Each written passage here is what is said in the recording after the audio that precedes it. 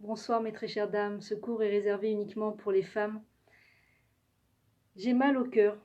J'ai mal au cœur parce que parfois je sens qu'un couple a tout pour se construire. Et attention, je parle de couple normatif, c'est-à-dire des couples où le mari est un mari qui est en bonne santé morale. Pas un mari qui, chas v'shalom, aurait des actes violents envers sa femme ou des mots violents envers sa femme. Tous les autres cas, je pense, font partie de la catégorie de cette vidéo.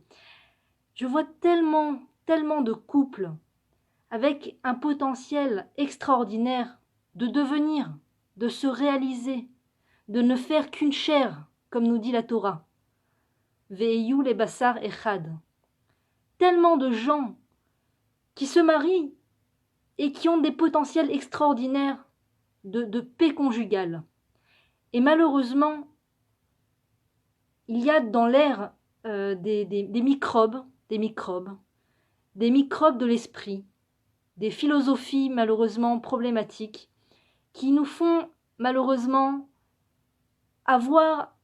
qui nous font changer de chemin, qui nous font tomber du rail, qui nous éloignent de notre but en tant que femme mariée, qui est de faire la paix entre moi et mon mari, qui est de tout faire pour créer un pont entre nous, pour nous permettre de nous aimer, pour nous permettre de ne faire qu'un. D'abord, il faut savoir qu'il n'y a pas d'erreur dans le mariage. Bonne nouvelle, il n'y a pas d'erreur dans le mariage.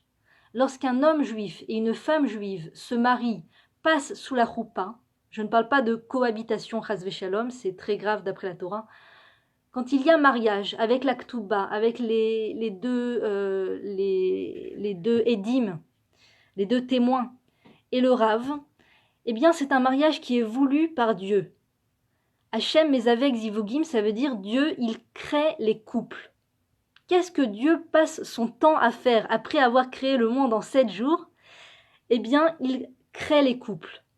Il prend une femme et un homme et il les met ensemble. Et quand ce couple se marie, il n'y a pas d'erreur. Il n'y a pas d'erreur. Ce couple est fait pour ensemble devenir une seule chair, pour ensemble devenir un couple inédit au monde.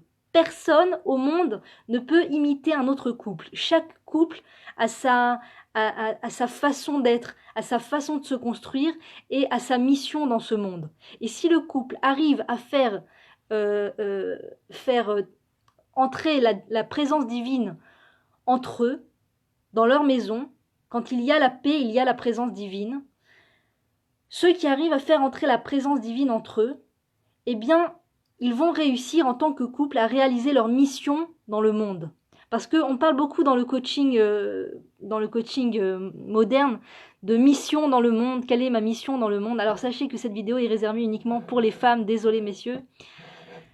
Quelle est ma mission de monde? Moi, personnellement, qu'est-ce que je suis venue faire dans ce monde? Eh bien, il faut savoir que dans la Torah, le couple a une mission de monde. Dans ce monde. Quand la femme et l'homme s'entendent bien, quand il y a la paix entre la femme et l'homme, ce qui est une chose ardue, c'est pas une chose simple, parce que l'homme et la femme sont par définition différents, très différents. Pas seulement les hommes de manière générale et les femmes de manière générale.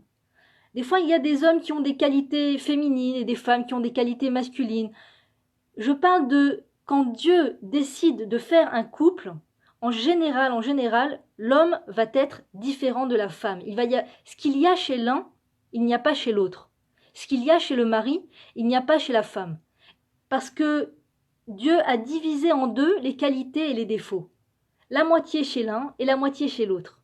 Et c'est fait de façon extrêmement précise par Dieu. Il n'y a pas de hasard, il n'y a pas Dieu n'a pas raté le coup ou il s'est trompé.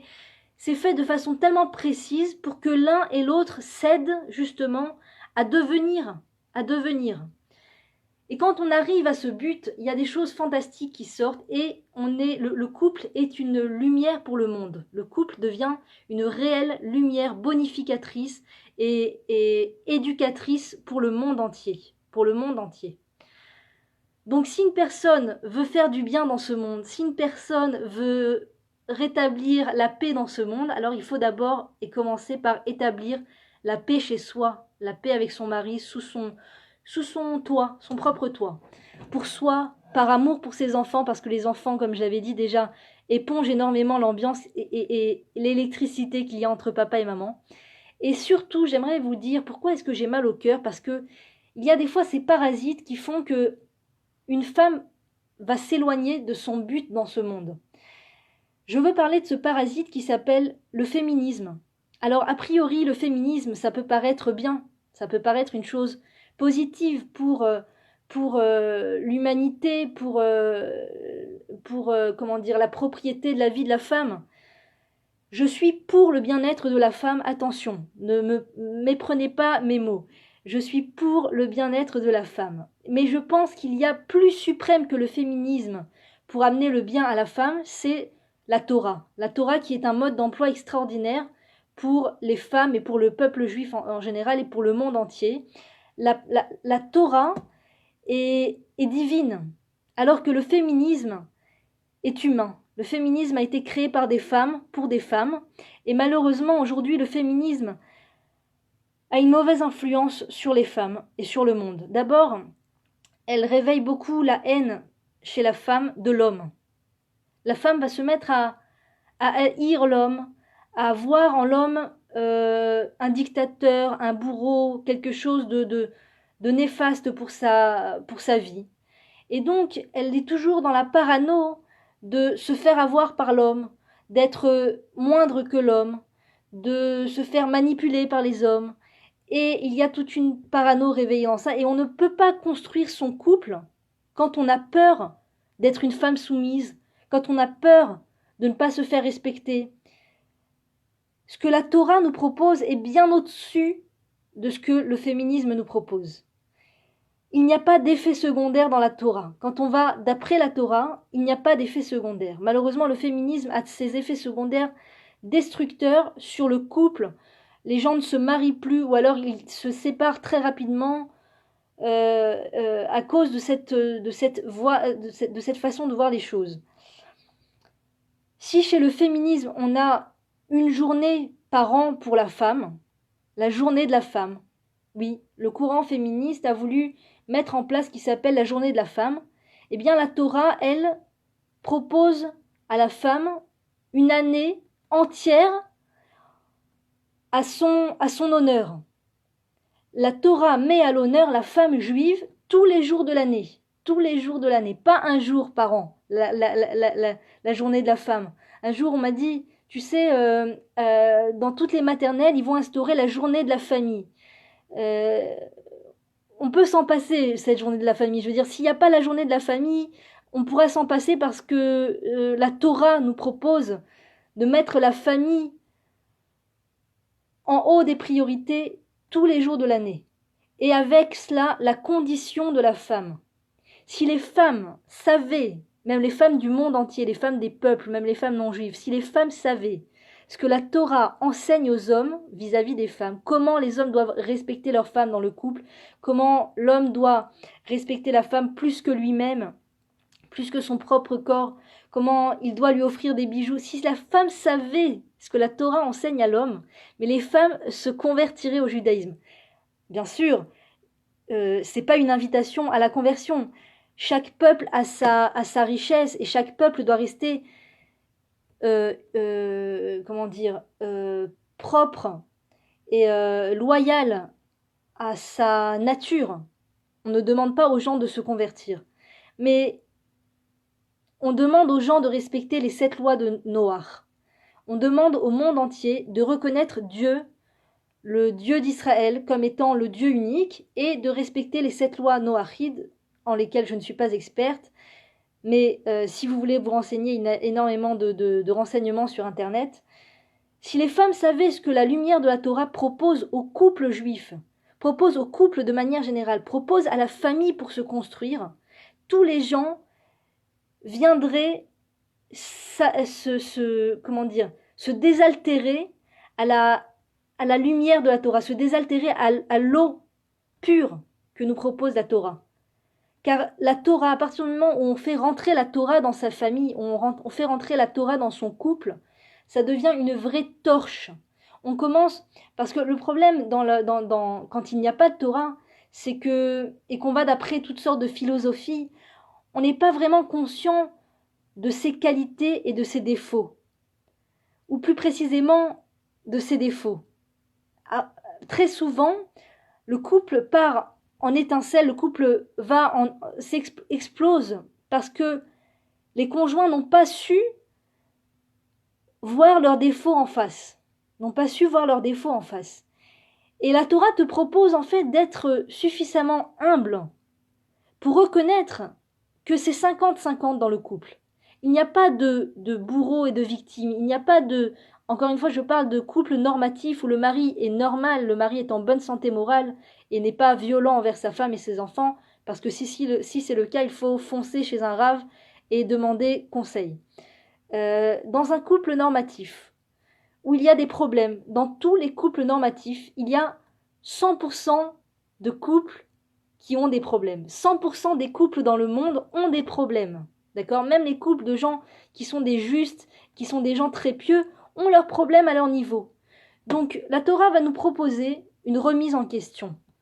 D'oser se dire un instant, d'arrêter de poser les armes et de lever le drapeau blanc et de reconnaître qu'il n'y a pas que mon conjoint qui a des défauts, parce que c'est facile de voir les défauts de l'autre.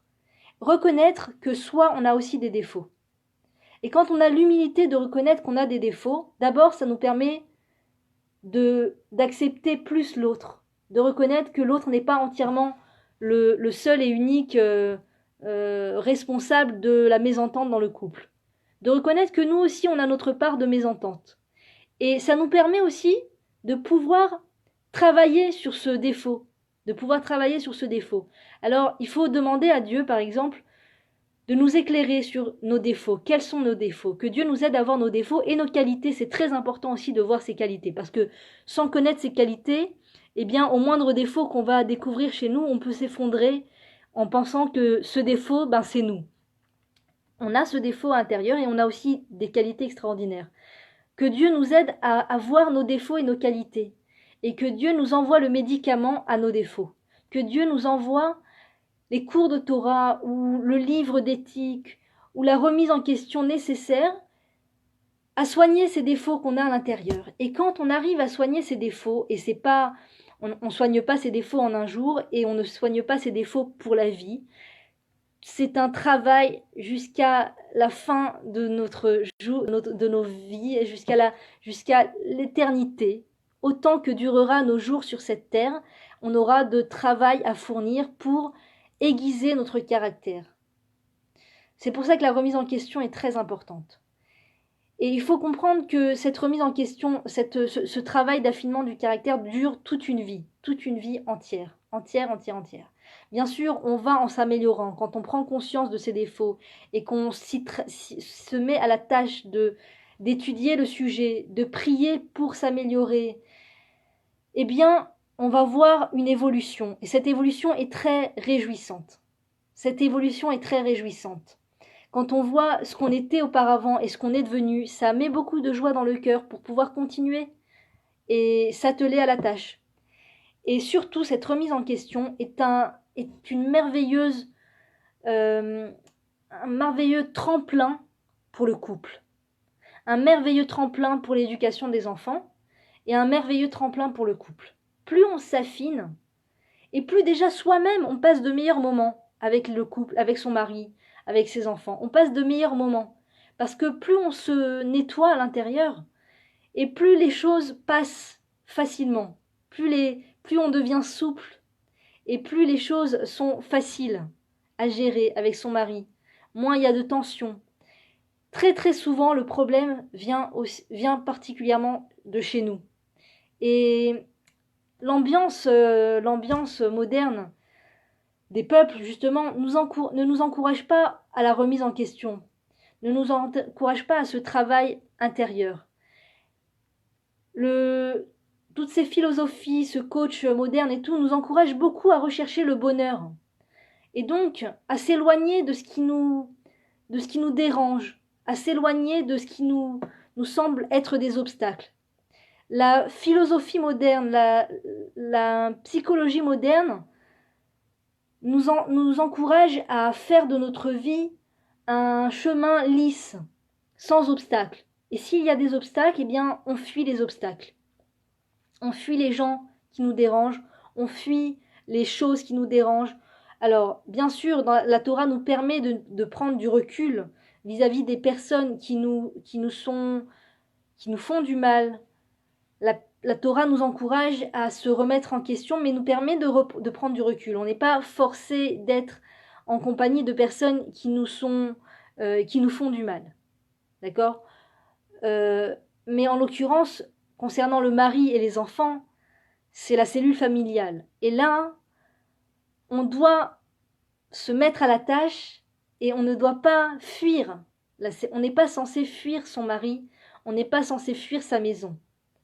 On est censé se construire à l'intérieur de sa maison et reconnaître les exercices qui sont les nôtres. Sachez que Dieu a tellement confiance en nous que chaque jour, il nous envoie des exercices nouveaux, que ce soit avec le mari, que ce soit avec les enfants. Et si on n'est pas au courant de ça, on a tendance à croire que ces exercices sont de la malchance, sont un manque de compréhension, sont des problèmes. Et donc, en fuyant cela, malheureusement, on va fuir le travail intérieur, on va fuir les exercices. Et donc, la remise en cause n'est pas possible. La remise en cause, le travail dans ce monde, le travail intérieur que la Torah nous propose comme programme d'avancée, de construction personnelle, n'a lieu uniquement qu'à travers la cellule familiale, le mari, les enfants. Quand il n'y a pas encore de mari ou quand il n'y a pas encore d'enfants, alors il faut faire son possible, sa ishtadlout, pour trouver ce conjoint et pour passer le pas, se marier enfin, parce que c'est le but de la vie d'une personne, juive ou non juive, je n'en sais, je ne suis pas pro en la Torah des non-juifs, mais en la personne juive, le but d'une personne juive, c'est de se marier. Et au travers du couple, au sein du couple, se réaliser, devenir la personne de qualité qu'elle est. Et quand on entend toutes ces psychologies modernes, on a l'impression que le principal, c'est d'être zen. Le principal, c'est d'être cool. Le principal, c'est de prendre du plaisir à cette vie. Et donc, si cela doit passer par le fait de ne pas se marier, ou de ne pas avoir d'enfants, ou que Dieu préserve, se séparer de son conjoint, alors qu'il y avait matière à construire, tant de couples disposent des aptitudes à construire et malheureusement se séparent parce qu'elles ont pensé qu'elles ont désespéré. Les gens ont désespéré et ont cru que c'était pas possible. La construction de couple n'était pas possible avec le conjoint qu'elles avaient en face. Encore une fois, tant que le conjoint est en bonne santé morale, c'est-à-dire qu'il n'est pas violent avec sa femme, la construction est possible. Il n'y a pas d'erreur. Dieu a voulu mettre cette femme et cet homme en face l'un avec l'autre en disant « Allez mes chéris, construisez. Je veux voir comment, avec ce que je vous ai donné comme matière première, qui sont les qualités et les défauts de chacun, c'est ça votre matière première, je veux voir comment vous allez construire pas à pas chaque brique les unes après les autres. Le ciment, la brique, le ciment, la brique. Ce ciment et ces briques, c'est la remise en question, le bon regard sur l'autre, développer un bon regard sur son mari. Le fait de donner à l'autre, d'essayer d'aller chercher ce que l'autre a besoin et de lui donner. On a le droit de prendre du temps pour soi, on a le droit de se faire du bien aussi, c'est très important, mais dans le but de construire son couple, dans le but de construire sa famille. Pas dans un but en soi, dans une finalité. Ce n'est pas une finalité en soi que de prendre du plaisir. Buvons, mangeons, peu importe, car demain nous ne savons pas ce qui est, nous ne savons pas qu'est-ce qui adviendra de nous. Alors fêtons jour et nuit, prenons du plaisir et soyons en contact uniquement de ce qui me donne du plaisir maintenant et tout de suite et point final. Car cette façon de voir les choses n'amène pas très loin. On nous dit dans la Torah, Mi wachacham aroe et anolad. Qui est la personne intelligente? Celle qui voit ce qui va naître de ses actions. Celle qui voit ce qui va naître de est-ce que maintenant elle se laisse aller à la crise ou est-ce qu'elle se retient? Est-ce que la personne est tout le temps dans l'accusation de l'autre? Ou alors est-ce qu'au bout d'un moment elle se dit peut-être que c'est entre mes mains, peut-être que c'est à moi de me remettre en question? C'est la seule recette à la réussite dans la construction de la famille. Et n'allez pas vous méprendre en pensant que vous pourrez construire des choses en dehors de la famille. Rien n'a de goût si elle ne passe pas par la construction familiale. Souvent, il y a des gens qui sont psychologues, thérapeutes ou qui veulent créer et rétablir des choses dans ce monde, mais elles-mêmes n'ont pas la paix conjugale, ou ne sont pas mariées, ou alors n'ont pas trouvé, ou alors se sont séparées. Et malheureusement, leur message n'est pas toujours suffisamment aiguillé, n'est pas toujours suffisamment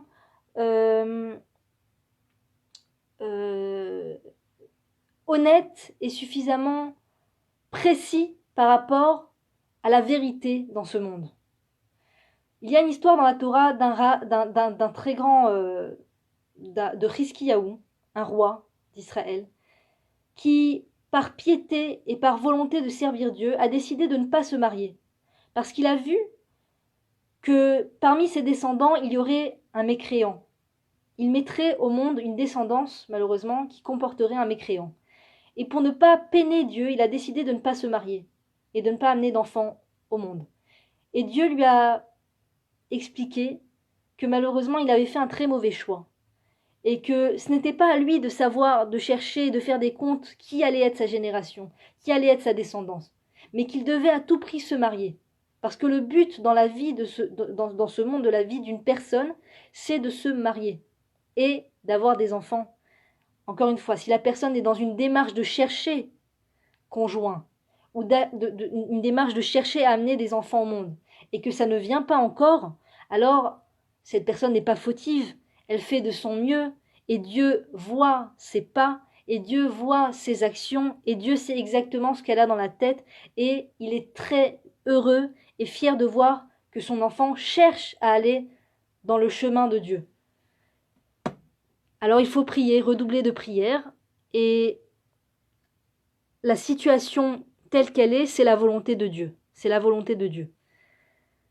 Mais quand une personne fuit la responsabilité maritale, fuit la responsabilité de l'éducation, fuit la responsabilité d'amener des enfants dans ce monde et de s'en occuper, malheureusement, eh bien, elle est en train de fuir la vérité dans ce monde. Elle est en train de fuir l'essentiel dans ce monde.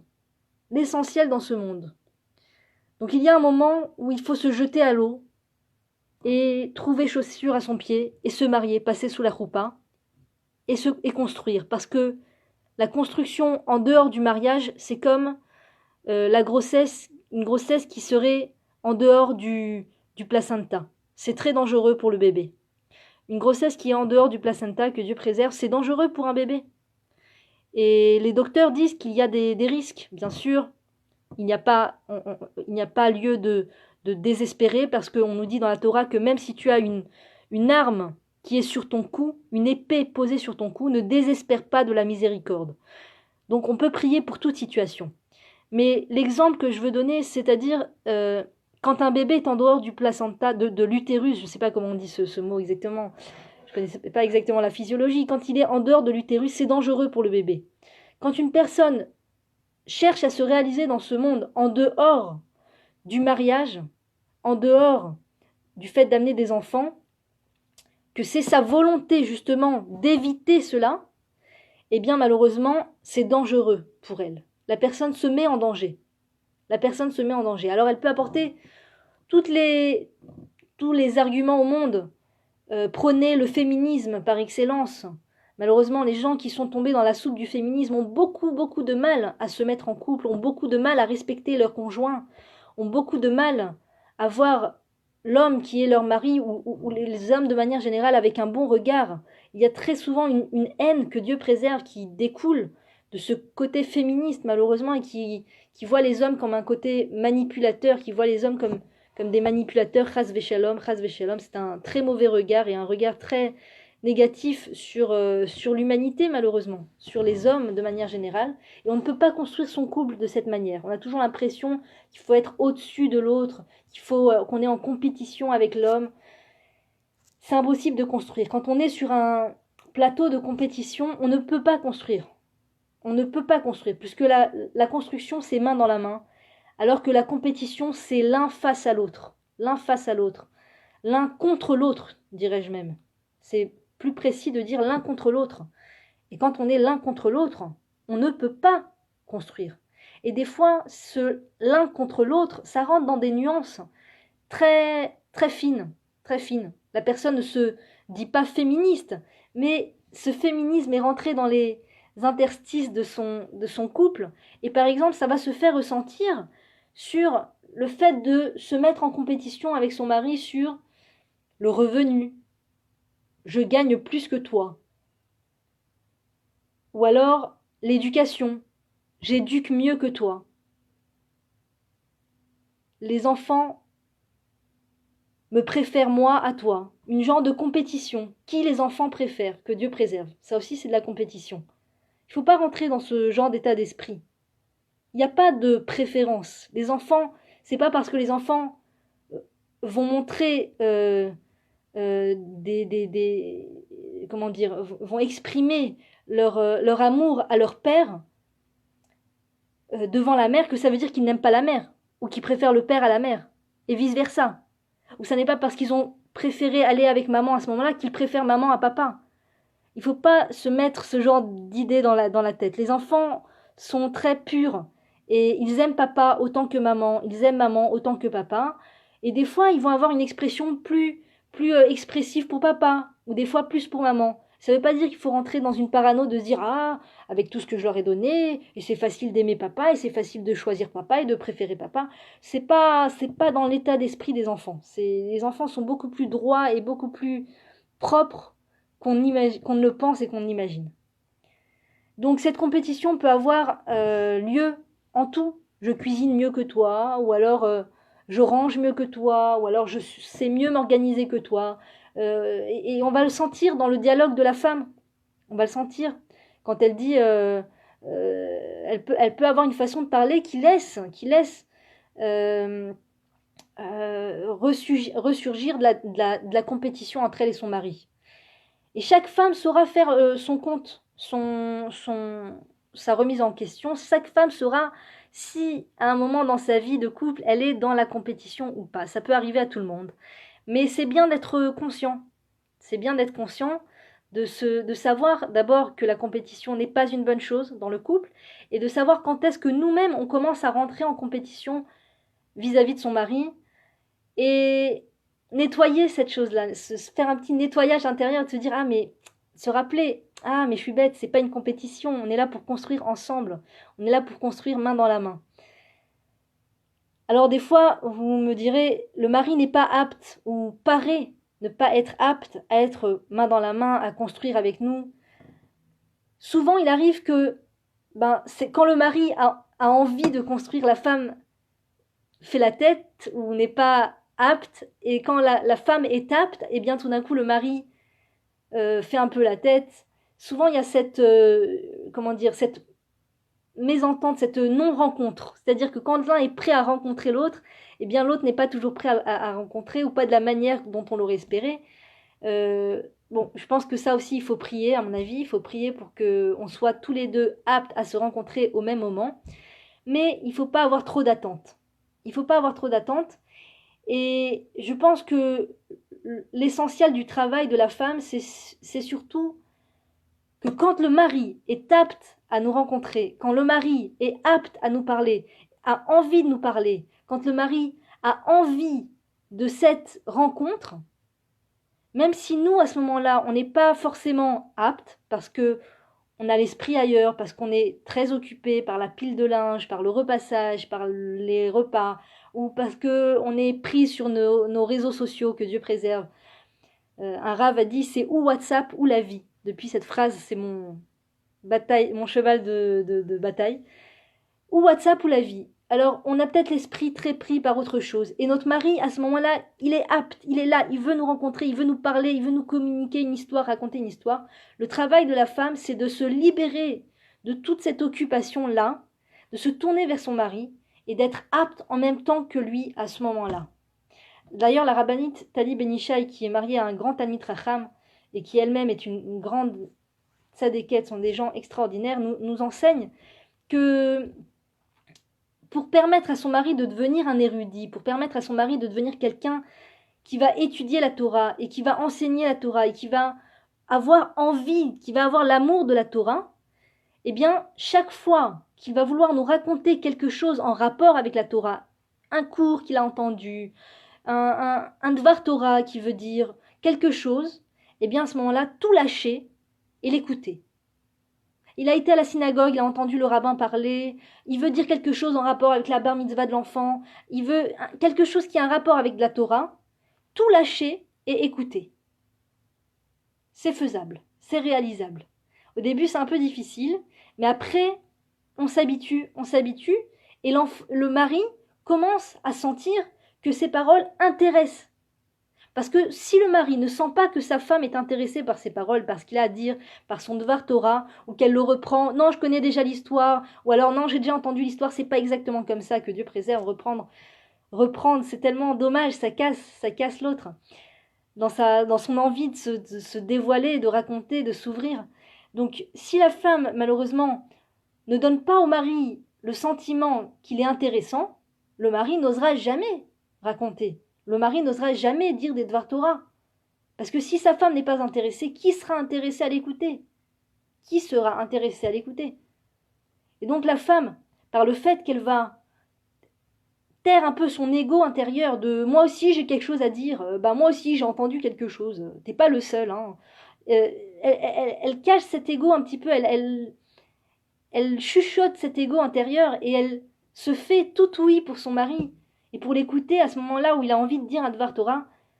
Ça s'appelle vraiment mettre les briques, mettre le ciment et construire la maison petit à petit, permettre au mari de se construire en tant qu'orateur ou que le simple fait de sentir qu'il a quelque chose à enseigner aux siens, aux gens de sa maison, c'est un sentiment très important. Et de faire aussi une ambiance comme ça dans la maison où les enfants respectent le père, c'est très important. Encore une fois, je reviens à ce féminisme, ce fameux féminisme que Dieu préserve, cette soupe féministe. Je suis très féministe dans le sens que je veux, encore une fois, la bonne, le bonheur de la femme et la joie de la femme. Sauf que j'ai compris à travers des cours de Torah qui parlent du féminisme que le féminisme n'est pas la solution à la joie dans la vie de la femme, au bien-être de la femme. Le féminisme n'est pas la solution au bien-être de la femme. La Torah est la solution au bien-être de la femme, la vraie solution.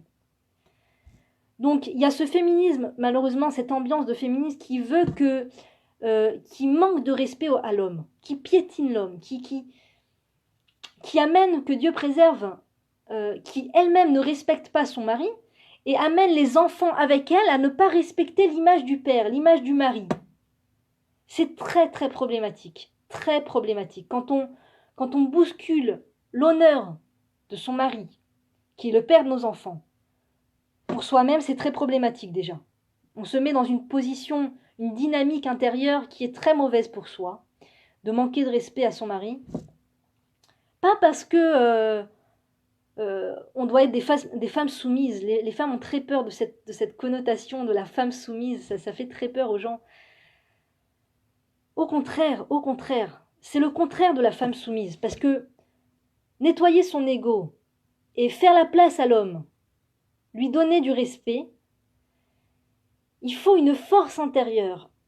Il faut déployer une force intérieure tellement puissante qu'une femme soumise ne peut pas faire ça. Une femme soumise, en général, c'est une femme qui n'a plus les forces. C'est une femme qui est comme... euh, euh, qui a perdu tout espoir d'un jour construire quelque chose. La femme soumise est une vraie victime. La femme dans la Torah n'est pas une femme soumise. La femme dans la Torah est une femme respectueuse de son mari, qui respecte, qui déploie cette force intérieure pour aller respecter son mari, donner la place à son mari. Et vous ne pouvez pas imaginer le cadeau que l'on fait à nos enfants quand on met une ambiance de respect du papa. On ne parle pas comme ça à papa. Vous avez dit merci à papa, les enfants? Vous savez quel père fantastique vous avez, mes chéris? Vous savez quel père fantastique il vous a amené à l'école aujourd'hui, où il vous a acheté des bouteilles d'eau? Regardez comme votre père s'inquiète pour vous. Ou toute chose. Alors, chacune pourra dire, oui, mais moi, mon mari, il faut voir, hein, il n'a pas un bon rapport avec ses enfants. C'est le dernier, c'est vraiment le dernier des pères qui s'inquiète pour ses enfants. Il y a toujours, tu pourras toujours trouver une pointe de lumière sur lequel tu pourras encore plus mettre de lumière chez ton mari, en tant que père et en tant que mari, et en tant qu'homme de manière générale. En Yehush Baolam Klal. Rabbi Nachman nous dit que il n'y a pas de mécréant total. Mais chez tout le monde, il y a une pointe de lumière. Et quand tu mets encore de la lumière sur cette pointe de lumière chez l'autre, chez ton mari en particulier, eh bien tu fais grandir cette pointe de lumière, ce point de lumière, tu le fais grandir, et petit à petit, ton mari va commencer à développer ses qualités. C'est comme ça qu'on aide un mari à développer ses qualités. Un mari avec des qualités, c'est pas un produit tout fait. D'accord? C'est pas je suis tombée sur un bon mari, j'ai eu de la chance, ou alors j'ai pas de chance, je suis tombée sur un mauvais mari. Ça c'est rigolo, c'est très folklore comme description. C'est très folklore. Par rapport, c'est vraiment folklore par rapport au mariage et ce qu'est la rencontre entre deux êtres. C'est la femme qui va développer chez le mari ses qualités. En vérité, les qualités existent chez le mari. Les qualités existent chez tout un chacun. Il n'y a pas de mécréant complètement, complet. Il n'y a pas de personne mauvaise complètement. Encore une fois, la femme ne doit pas subir un mari violent, que Dieu préserve. Elle doit sortir de cette situation et faire sortir ses enfants de cette situation urgemment. Et c'est pour ça que la Torah nous dit qu'il y a une mitzvah de divorcer. S'il y a un mari violent physiquement ou violent verbalement, il faut foncer chez le Rav et parler de cela. Et le Rav vous dira si c'est une situation où il faut divorcer. Et là, c'est une mitzvah, que Dieu préserve. Mais dans la plupart des cas, dans la plupart des cas, il ne faut pas se méprendre à croire que la plupart des cas sont des cas où les maris sont violents, que Dieu préserve. C'est une minorité. C'est une minorité. Cette minorité est existante, mais c'est une minorité. La plupart des maris ont des potentiels extraordinaires de manière qui ne sont pas encore déployés, en potentiel. Ont un potentiel extraordinaire. Si on se marie avec un mari, un produit tout prêt, il n'y a aucun mérite. La femme n'a pas de mérite. Quand on dit derrière chaque grand homme se cache une grande femme, ça prouve bien que le développement de l'homme, le développement de ses qualités, ça passe par la mise en lumière de la part de la femme. La femme va être comme un projecteur vis-à-vis de l'homme, va lui permettre, et vice-versa, Mais il faut comprendre que c'est à la femme de commencer, parce que la femme a reçu ce qui s'appelle la Bina Yetera. Dieu a donné à la femme une compréhension qui va au-delà de la compréhension de l'homme. Donc la femme est encore plus sensible, et la femme est experte en le fait de pouvoir déployer le potentiel chez son mari. Elle est experte en cela. Et donc une femme qui a la tête dure malheureusement, qui ne veut pas baisser la tête, qui n'a pas cette humilité de dire « je vais aider mon mari à développer ses qualités » et qui dit « non, je vois pas pourquoi je ferais ça ». Eh bien malheureusement, elle ne permet pas à son mari de venir au monde. Elle ne permet pas à son mari de naître. Physiquement, il est né, mais au niveau moral, il reste à naître. Cette vidéo est réservée uniquement pour les femmes. Désolé messieurs. Et uniquement quand la femme acceptera ce rôle ce rôle grandiose qui est de mettre au monde son mari, moralement, au niveau de son caractère, au niveau de son potentiel, eh bien, la femme a tout gagné. La femme a tout gagné. Ses enfants y gagnent, son mari y gagne et la planète entière y gagne. C'est comme ça qu'on réalise ce qu'on dit dans le Allez-nous les Chabéar, les Taken Olam Bemalchut Shaddai.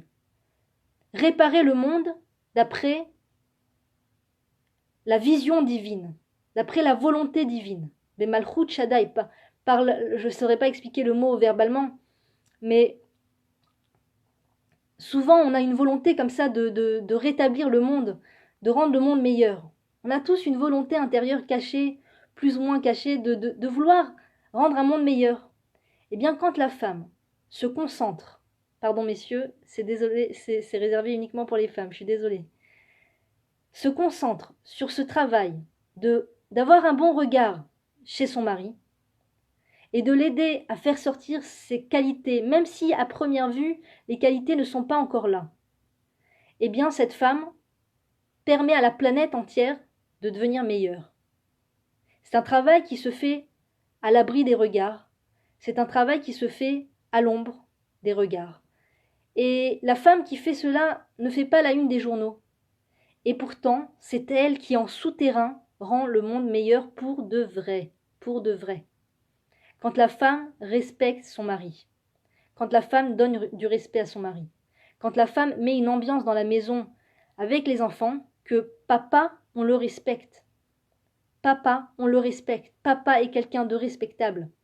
Même si a priori une femme se dira à elle-même qu'elle a le sentiment que son mari pour l'instant, pour le moment, n'est pas respectable, eh bien si elle se jette à l'eau et qu'elle commence par mettre cette ambiance dans l'air de papa est quelqu'un de respectable, mon mari est quelqu'un de respectable, eh bien son mari va finir par y croire et la situation finira par devenir réalité.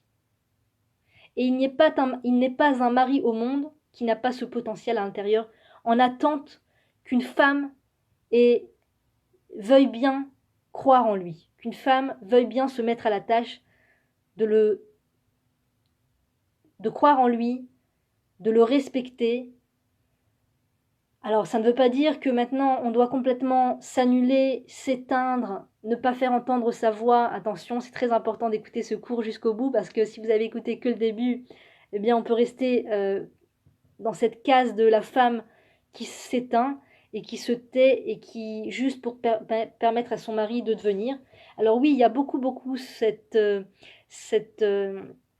importance de se taire, oui, se taire c'est important parce que le mari a des choses à dire, mais il y a aussi l'importance d'exister, parce que si la femme s'éteint complètement, eh bien il n'y a plus de femme dans la maison, il n'y a plus de mère dans la maison, et c'est très important que la femme fasse entendre et fasse connaître sa vision des choses, sa voix intérieure, ce qu'elle ressent, son ressenti.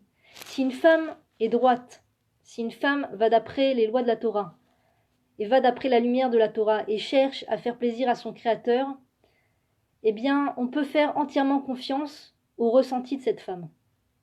Le ressenti de cette femme est à prendre très au sérieux. Donc, la femme ne doit pas s'éteindre et ne doit pas se taire à jamais, que Dieu préserve. Il y a un temps pour se taire et écouter, et il y a un temps pour parler et faire connaître son avis.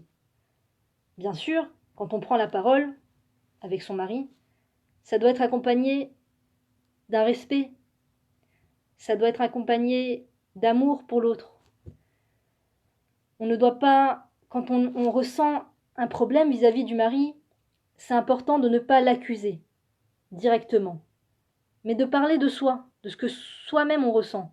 Par exemple, si on se sentit humilié par son mari devant d'autres personnes, eh bien au lieu de lui dire « tu es un humiliateur, tu m'as humilié », lui dire « je me suis senti humilié et ça m'a fait de la peine, j'ai ressenti cela et cela ». C'est en parlant de ces émotions que le mari pourra s'armer de courage et de tous les outils pour changer et évoluer. Et quand une personne se sent accusée, elle ne peut pas évoluer. Il faut oublier oublier la simple idée qu'on va faire évoluer une situation en accusant l'autre. Ça ne marche pas. Ça ne marchera jamais. Il y a aussi le fait de ne pas englober le mari dans un englobement qui fait pas du bien. Comme par exemple, si par exemple le mari nous a humiliés, encore une fois, tu m'humilies toujours. Ce n'est pas vrai. Une personne ne peut pas humilier toujours. Il y a bien un moment où elle ne nous a pas humiliés. Donc c'est important de reconnaître que à ce moment-là, je me suis sentie humiliée. Et non pas dire tu m'humilies toujours, parce que ça fait de la peine, la personne se sent au pied du mur et elle ne peut pas évoluer. Une chose importante aussi dans le dialogue, c'est de parler avec respect, sans s'énerver. Le mot colère ne doit pas faire partie du dictionnaire de la femme juive, de la personne juive de manière générale. Le mot colère ne doit pas faire partie du dictionnaire. Quand on s'exprime, la colère ne doit pas faire partie du nuancier de l'expression. On doit parler avec... c'est vrai, alors c'est très dur, vous me direz, quand on est pris par les émotions, c'est facile de dire cela. Mais quand on est pris par les émotions et qu'on sent une injustice nous déborder de notre cœur, comment on fait pour rester calme? Alors d'abord, il y a une grande ségoula qui est de lire la Higueret à Rambam. Quand on sent qu'on est pris par la colère, prendre cette Higueret à Rambam et la lire, elle existe en français. C'est un petit texte, une lettre que le Rambam a écrit à son fils pour lui dire quelle est la chose la plus importante au monde pour ne pas fauter. Et il explique que c'est le fait de toujours s'adresser à tout un chacun avec beaucoup de nachat, beaucoup de sérénité, avec un ton toujours bas, avec un ton toujours dans le respect. Donc cette lettre est reconnue pour que quand on la lise, elle est en français, elle n'est pas très courte, elle n'est pas très longue, c'est tout court. C'est les Havdil. Moi je dis que c'est le joint de la Torah, pardon d'utiliser ce mot. Mais c'est vrai, des fois les gens pour se calmer ont besoin pensent qu'ils ont à tout prix besoin d'avoir recours à des choses extérieures qui sont mauvaises pour eux, comme le joint ou comme l'alcool. On a l'impression que ça va nous apporter des résultats, des bons résultats, mais en vérité, ce sont des résultats très rapides et qui partent aussi rapidement qu'ils sont venus. Et le problème, c'est qu'après avoir fait appel à ce genre de choses, on est encore pire qu'avant prise de cette chose, du joint, de l'alcool, etc. On est encore pire. On est dans une frustration encore plus problématique. Et donc, cette lettre du Rambam, les Havdil, je trouve que c'est le joint de la Torah, parce que tu le lis et tu sens la colère s'apaiser, la colère partir, te quitter, vraiment, c'est extraordinaire. Higueret à Rambam. Vous pourrez les trouver dans les librairies, toutes sortes de librairies juives, sur Internet très certainement. Il y a des livres aussi sur la colère. Si vous sentez que la colère, c'est vraiment votre... Je pense que on a tous affaire à la colère, plus ou moins. Mais si vous sentez que la colère est forte chez vous et que le courroux vous emporte quand vous tentez de vous exprimer avec votre mari ou avec vos enfants ou avec tout un chacun, eh bien, il faut mettre l'accent sur ce travail. Voilà. Comme j'ai parlé au début du cours, j'ai dit que c'est important de se remettre en question et de connaître ses qualités. C'est très important. Mais de connaître aussi ses défauts. Et donc, si on sent qu'on a ce défaut du courroux, de la colère, travailler dessus. Ne pas laisser les choses passer parce que la chose ne va pas disparaître. Vous n'allez pas devenir quelqu'un d'apaisé du jour au lendemain. Il y aura peut-être des journées où vous aurez une super journée et donc vous n'aurez pas été en colère, vous aurez réussi à vous adresser gentiment, mais dès qu'il y aura une journée un peu plus difficile au niveau du défi que ça vous aura proposé dans votre vie, eh bien la colère reviendra, s'il n'y a pas un travail de fond. Donc, prendre au sérieux le travail qu'on a à faire. Il faut savoir qu'il n'y a pas de gens parfaits. On n'est pas venu dans ce monde pour être des gens parfaits. Et si jamais on découvre un défaut chez nous, alors c'est la fin du monde. Quoi, moi, colérique, mais comment c'est possible? Non, jamais de la vie. Être dans le déni. On a tous, même les personnes les plus pieuses au monde, on a tous quelque chose sur laquelle on doit travailler. Tous. Et le jour où on découvre cette chose, le jour où, avec toute sa bonté, Dieu nous dévoile enfin le défaut dont on est doté, on doit remercier Dieu et être content parce que enfin, on va pouvoir faire la chose pour laquelle on est venu dans ce monde, qui est de réparer notre caractère, qui est d'affiner nos traits de caractère. C'est le but de la vie d'une personne dans ce monde. Et l'ambiance veut nous faire croire, des peuples autour de nous, veut nous faire croire que il faut s'occuper beaucoup, occuper son esprit pour ne surtout pas voir nos défauts en face. Beaucoup mettent de la musique à fond, aller dans des concerts, voir beaucoup de films, les médias, beaucoup de choses croustillantes au niveau de l'esprit pour ne jamais avoir à se remettre en question et pour ne jamais avoir à reconnaître où est-ce qu'on doit travailler. Et c'est une très très mauvaise habitude, une très mauvaise ambiance, une très mauvaise façon de voir les choses. Il faut taire tout ce bruit extérieur et se rencontrer soi-même et rencontrer ses propres défauts parce que sinon on ne peut pas construire son couple si on n'est pas conscient de ses défauts. On ne peut pas, c'est pas possible. C'est pas possible, c'est antinomique. La construction du couple et le déni des défauts ne vont pas ensemble. Donc, il faut arrêter d'attester à l'autre tous les défauts de la terre et penser que soi-même on est parfait. Je parle en mon nom, hein. Je parle en mon nom, je ne m'adresse pas à vous, je parle à moi-même. Tous les sujets sur lesquels je parle avec vous, c'est des sujets sur lesquels moi-même j'ai besoin de me renforcer. Donc, je fais mon prêche bonne nefesh en public, si vous voulez, mais chacune prendra ce qui lui parle, chacune le fera de sa manière, à son niveau, comme elle ressent les choses. Moi, je parle pour moi avant tout. On est venu sur cette terre, en fait, bonne nouvelle, on est venu sur cette terre pour réparer nos traits de caractère. Et Dieu nous a rendu un très très grand service en nous mettant un miroir en face de nous qui s'appelle le mari et les enfants. Et les gens qui fuient leur mari, qui fuient leurs enfants, qui fuient la cellule familiale parce que ils sentent que c'est un poids pour leurs épaules, eh bien en vérité, ils ne sont pas en train de faire autre chose que de fuir leur propre miroir. Fuir le miroir que Dieu a mis en face d'eux. Il faut comprendre que quand on est dans la fuite, les choses nous rattrapent, les exercices nous rattrapent. Dieu nous aime tellement qu'il ne nous laisse pas dans la fuite de façon infinie, de façon indéterminée. Il nous envoie l'exercice, mais d'une autre manière. Si on n'a pas su attraper cet exercice qui s'appelle le couple, la cellule familiale, les enfants, eh bien, Dieu nous envoie l'exercice d'une façon qui est des fois plus difficile, plus ardue, plus douloureuse. Au sein de la famille, le travail du caractère au sein de la famille est beaucoup plus agréable que toutes les autres manières au monde. Et Dieu le sait, et c'est la raison pour laquelle il nous a mis face à un mari. Voilà, le mari c'est notre miroir, les enfants c'est nos miroirs. De la même manière que moi je suis la meilleure maman pour ces enfants sont les meilleurs enfants pour la maman que je suis. C'est-à-dire que de la même manière que moi j'ai le sentiment de les éduquer et de leur apporter, eux m'apportent autant si ce n'est plus au niveau de mon travail du caractère. Et pareil pour le mari.